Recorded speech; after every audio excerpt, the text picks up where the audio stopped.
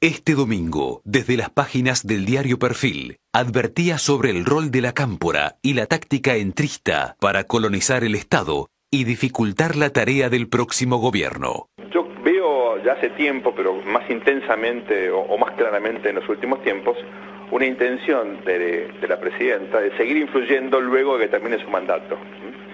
Frustrada la posibilidad de ir por una reelección, la idea es cómo influir desde el llano o desde algún segmento dentro del sistema político que le permita a la presidenta y a su equipo seguir condicionando la política pública a partir del 10 de diciembre. Y alerta sobre la situación del kirchnerismo, diciendo: yo veo al kirchnerismo muy fuerte, muy competitivo, sobre todo el candidato Daniel Scioli como tal es un candidato que está afirmándose.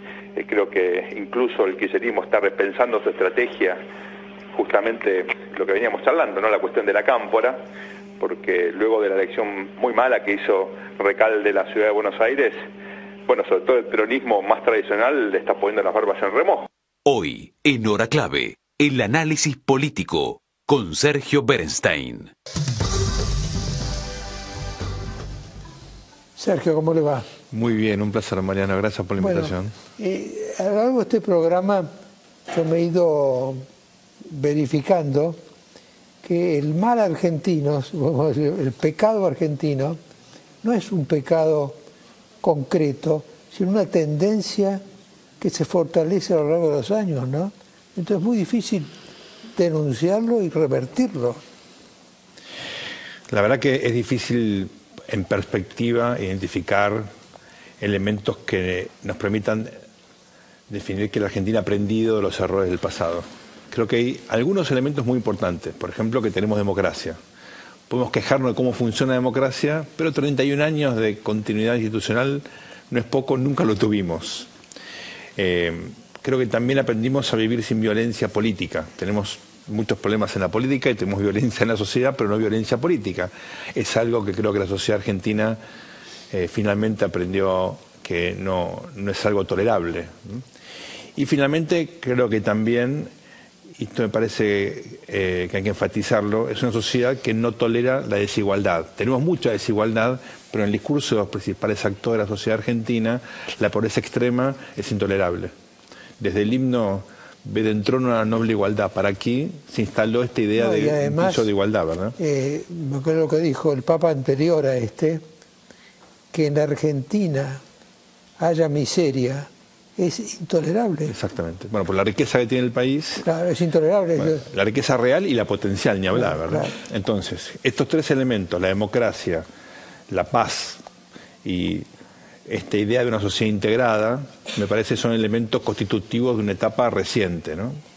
Ahora, dicho esto, la verdad que contradictoriamente hay elementos que erosionan la paz social, erosionan la igualdad y condicionan la democracia. Uno es la inflación. Que la Argentina mantenga estos umbrales enormemente altos de inflación y que no sea un escándalo, que el gobierno pueda manipular groseramente la cifra de inflación, la verdad que es algo que ahora, pone de manifiesto que no aprendimos la experiencia Sergio, nuestra. Cuando nos mienten, ¿nos gusta que nos mientan? ¿Sabes qué, Mariano? Yo creo que tendemos a generalizar, hablando de un yo colectivo, los argentinos, la gente, la sociedad. Y como usted sabe, vivimos una sociedad muy fragmentada, muy dividida, con algunas divisiones artificiales y otras no tanto. La división de ingreso, de educación, la brecha digital, el haber tenido la oportunidad de viajar o no viajar, entender cómo funciona el mundo. Todo eso, la verdad que no son datos menores para comprender que en definitiva hay segmentos en la sociedad que reaccionan frente a esta manipulación grosera de la información pública y otros que la toleran o tienen tantas preocupaciones inmediatas, tener o no agua potable, tener o no trabajo al día siguiente o algo para comer, ¿no? Que creo que pasa en un segundo plano esta cuestión más sofisticada, ¿no? Sergio, ¿percibís en los candidatos la dimensión del problema de la Argentina por fuera del cepo, la inflación, los subsidios, la falta de financiamiento? Yo creo que hay una brecha entre los que los candidatos son y de los que los candidatos dicen. un poco lo que planteaba Kachanowski. Sí, yo creo que hay, digamos, un corralito intelectual a los candidatos para que condicionen su actual discurso, sus propuestas de campaña a las necesidades de la campaña y no despliegan su visión completa de lo que es la Argentina, porque si no corren el riesgo que la gente no lo vote. Ahí estoy obligado a hacer otra pregunta. Estas circunstancias de campo de la sociedad impiden o ponen un corralito en el discurso de la campaña. La pregunta es, ¿los candidatos tienen las respuestas profundas o también esta situación de hecho disimula a muchos que no la tienen? Es una muy buena pregunta, Pablo. Yo quiero creer, y conociendo un poco por lo menos a los candidatos, yo creo que la mayoría de ellos sí tienen, si no respuestas concretas, instrumentos, por lo menos grandes visiones. O que se están preparando para, o que comienzan a prepararse para. Y algunos con muy buenos equipos. Yo creo que hay, digamos, por lo menos vectores de orientación, sino decisiones concretas de instrumentos de política en los grandes temas. Hay decisiones estratégicas de las campañas de no referirse a determinados, por ejemplo, el déficit fiscal. Nadie habla de eso porque tenés que decir gasto público. Gasto público, o que vas a tener que bajar algo, o subir impuestos, o devaluar un poquito de cada cosa, y son temas como demasiado costosos como para que se metan allí. Pero lo que nos falta es coraje. Yo creo que falta una dinámica también de campaña con respeto, pero discutiendo los temas importantes. Hay algunos amigos que están tratando de alimentar esta idea de un debate presidencial, que sería muy sano como práctica, obviamente, democrática, pero obviamente tampoco alcanza con eso, porque estos problemas que tienen las elecciones, honestamente, no son solamente en Argentina, es un problema de la democracia moderna, que se juega mucho en los medios de comunicación y que obligan a los políticos a hablar con frases cortas, contundentes, estar más preocupados por la Cámara que por la calidad del debate. Entonces hay que tener en cuenta que el debate público en una democracia requiere que constantemente la sociedad delibere, que los intelectuales participen, que los políticos interactúen con la sociedad civil, con el sector privado. Digamos, hay toda una dinámica que acá nos falta, lo que se llama en general la democracia deliberativa, que es un eslabón fundamental. Y ahí estamos comprometidos todos en mejorar. Ya te vuelvo a la campaña, pero me gustaría una opinión tuya sobre este embate del gobierno contra la Corte, ¿no? Que esto es lo que surge en la epidermis de la coyuntura periodística política de hoy y que pareciera va a ser la gran batalla. Scioli dará la batalla electoral del oficialismo, tal vez, ¿no? Pero la batalla del cristinismo duro me parece que está con todos los cañones centrados en la Corte, en el Poder Judicial. No es nuevo, hemos visto episodios repetitivos a lo largo de los últimos años de efectivamente intención de manipular la justicia, desde la famosa democratización, entre comillas, no de la justicia, que era una colonización de hecho del Poder Judicial. Eso fue, hay que decirlo, apoyado por el Congreso. En muy poco tiempo se aprobaron una cantidad de leyes que luego no terminaron nunca de implementarse, algunas están detenidas justamente con medidas cautelares, pero ahí ya la intención fue clara. Esto fue una respuesta a escándalos de corrupción que habían aparecido poco tiempo antes y que preocupaban al poder. Luego vinieron una cantidad de reformas procesales, intentos de colonizar el Poder Judicial también, con nombramientos, con concursos que curiosamente terminaban con un orden rarísimo, ¿no? Era nombrado el que estaba número 18 y no la terna que había sido seleccionado oportunamente. Y ahora estamos en una desesperación final porque quedan 6 meses. Y al final de este proceso, la verdad que uno tiene la certidumbre de que la presidenta está preocupada por su futuro y el de su familia. Entonces creo que son medidas un poco exageradas, muy, digamos, expuestas. Es muy evidente que aquí lo que está en juego claramente es esa preocupación que se tiene. En el primer bloque hablábamos con Marco Saguini sobre el populismo, ¿no? A raíz del libro, bueno, la presentación de mañana, pero también de un fenómeno que recién lo comentábamos, vuelve al debate, ¿no? En el final del ciclo kirchnerista vuelve al debate.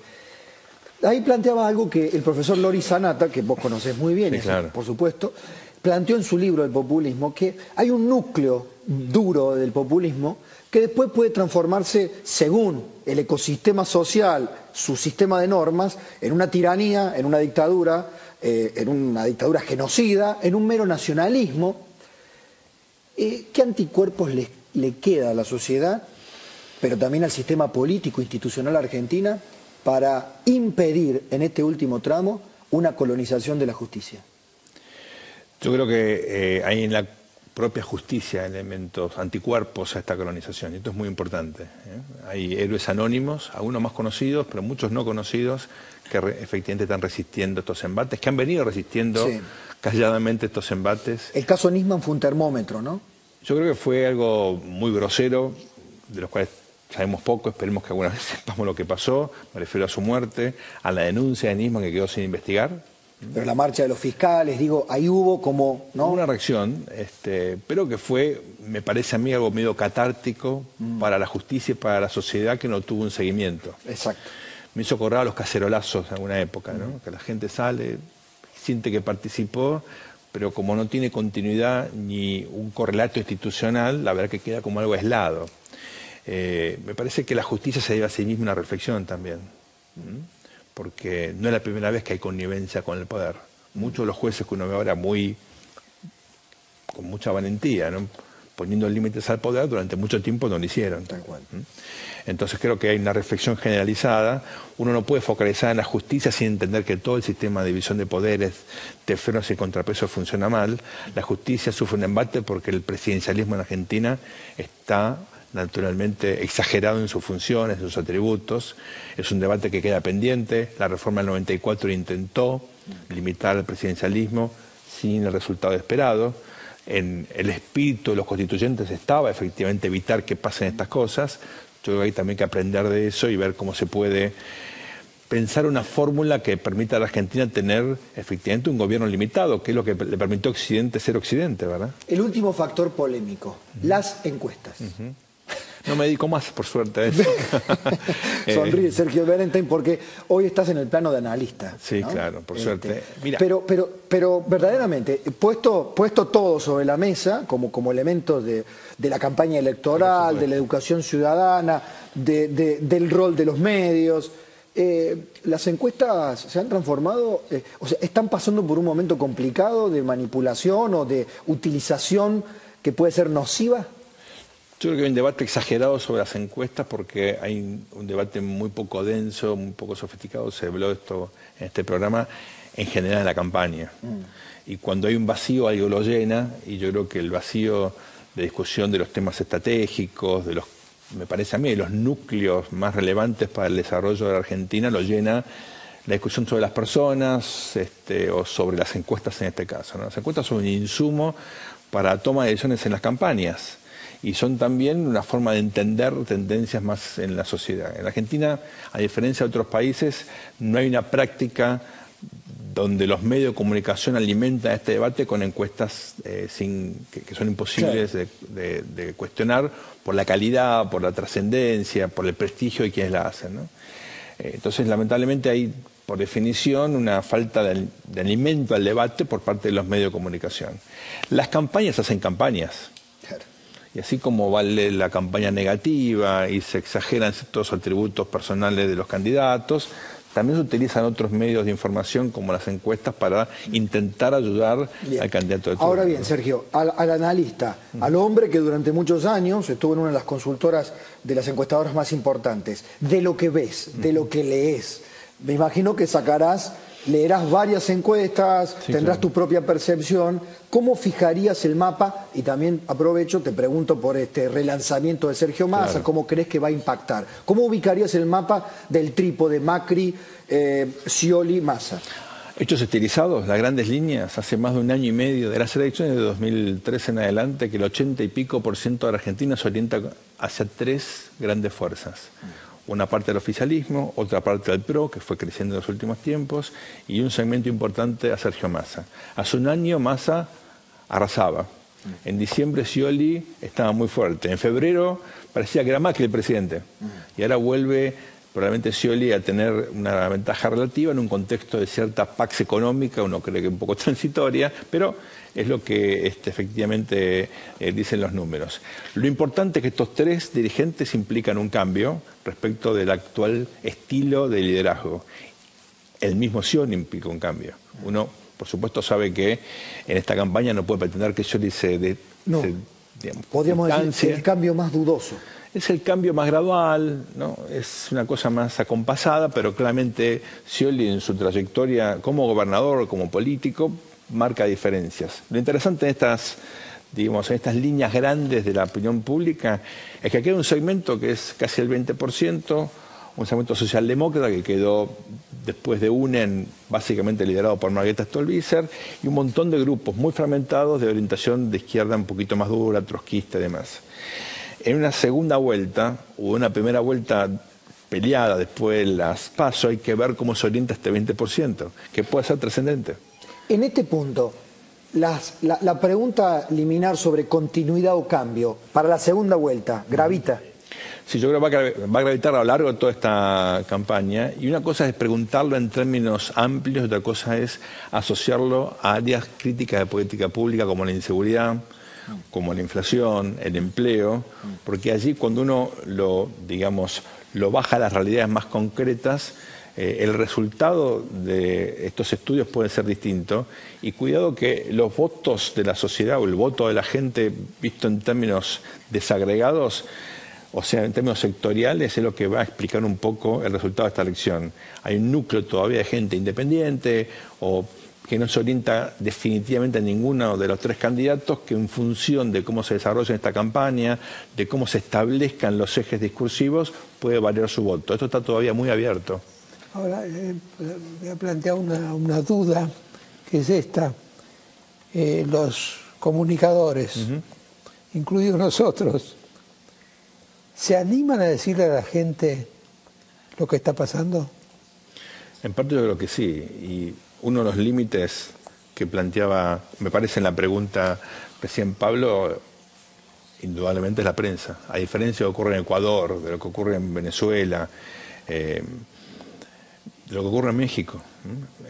Hoy la prensa en Argentina se constituyó, creo yo, en un límite al totalitarismo. Se ha constituido a lo largo de estos años, pero en este último tramo me parece que es fundamental, precisamente para que la gente tenga la oportunidad de escuchar visiones un poquito más plurales, un poquito más críticas, ¿no?